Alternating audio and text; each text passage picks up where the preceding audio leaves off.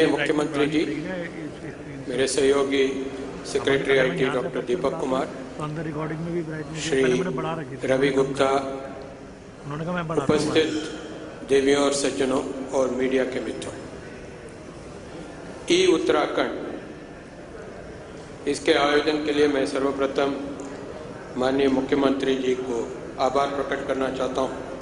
आपने ये स्वागत किया कि ई उत्तराखंड का आयोजन हो और सूचना क्रांति से प्रदेश जुड़ जाएं। आपने इसके लिए आज समय दिया, सर्वप्रथम मैं आभार प्रकट करना चाहता हूं। सन 1992 में एक प्रकार का क्रांति आया जिसको हम लोग केबल टेलीविजन के नाम से जानते हैं। 2004 में एक क्रांति आई जिसको हम मोबाइल के जरिए जानते हैं। 2016 में संभवतः एक क्रांति आएगा जिसे मैं ब्रॉडबैंड क्रांति में समझता हूँ। फासला 12 साल का है, एक कुंभ अवधि जिससे हमारा प्रदेश जुड़ा हुआ है। तो मैं समझता हूँ कि 2016 में जैसे दीपक कुमार जी ने बताया था, हरिद्वार में पूरे उस जनपद के ग्राम पंचायत जुड़ जाएंगे नेशनल ऑप्टिकल फाइबर नेटवर्क से। संभवतः 2016 में अर्ध कुंभ के अवधि में ई कुंभ का आयोजन किया जाना युक्ति संगत होगा।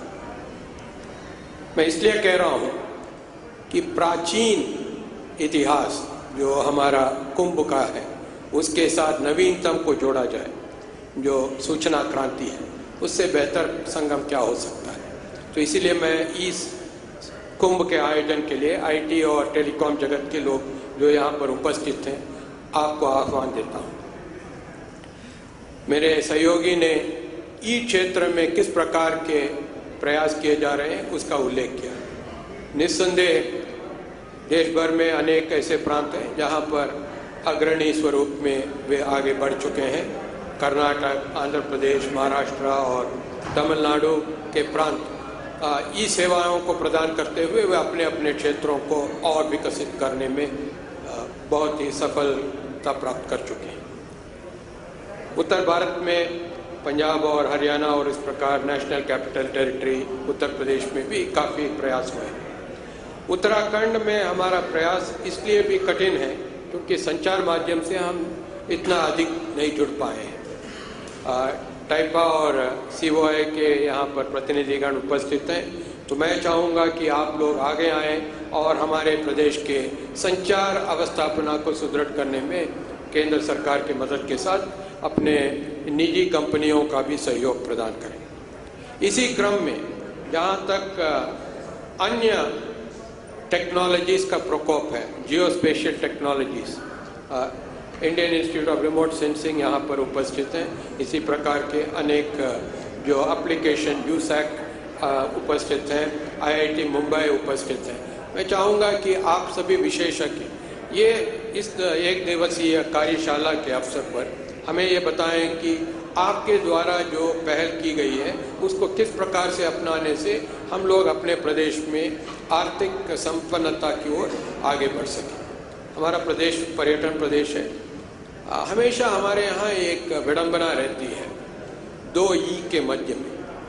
The E that I am referring to, one is energy and other is environment. Hydro power को विकसित किया जाए या न किया जाए, ये पर्यावरण विदों के जो है निर्णयों पर निर्भर है। So the third E gets affected which is our economics. So I would like to say the fourth E, which is electronics, Uttarakhand, E-Uttarakhand के इस अवसर पर how we can use electronics or the E-applications to tide over the, I would say, difficulties which we are traversing in the course of both trying to maintain a balance between environment and development of our energy potential. मैंने ये सोचा था कि आप लोग यहाँ पर विशेषज्ञ हैं। आज के कार्यक्रम अनेक आइटम्स पर आधारित है और आप लोग यहाँ पर अपना संस्तुति देंगे। यहाँ पर इलेक्ट्रॉनिक्स डिपार्टमेंट के भी मेरे पुराने सहयोगी श्री दीपक शर्मा उपस्थित हैं। I would like you to tell us, हम लोग एमएसएमई क्षेत्र में इलेक्ट्रॉनिक्स और टेलीकॉम इक्विपमेंट को जो है तैयार करने के लिए make in India, digital India कार्यक्रम में किस प्रकार से प्रतिभा कर सकते हैं. On the application side, the BC MDDA is here.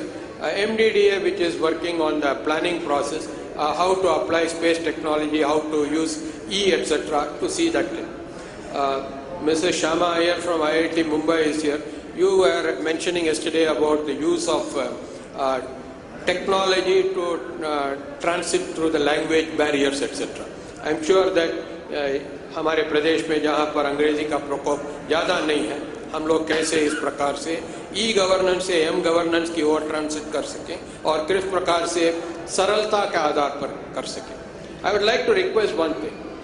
Whenever we talk computers and all technology, it seems very complex. But E के जरिए हमें simplicity at the front end and maybe complexity at the back end. It does not matter.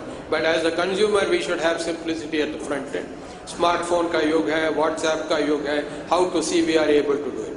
अभी 2 दिन पूर्व केदारनाथ और बद्रीनाथ क्षेत्र में आपदा प्रभावित हुआ है, and we were immediately able to get the photograph of the bridge which was sort of abutment had been disturbed, and उसका फोटो वहाँ के स्थानीय अधिकारी ने व्हाट्सएप पर तुरंत भेजा.